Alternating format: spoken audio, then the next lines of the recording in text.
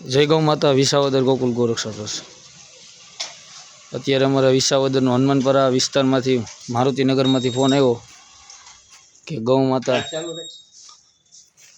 માતાજી એક બેહી ગયા છે।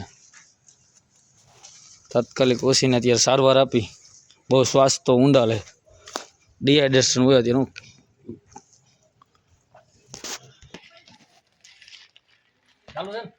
હા તો સાથે જોઈ લો ઉપર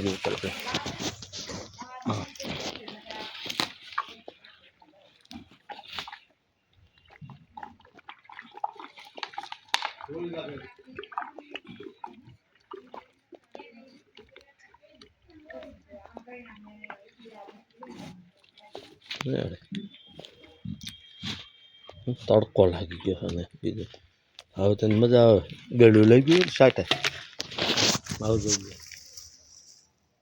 વ્યવસ્થિત દવા પાઈ દીધી।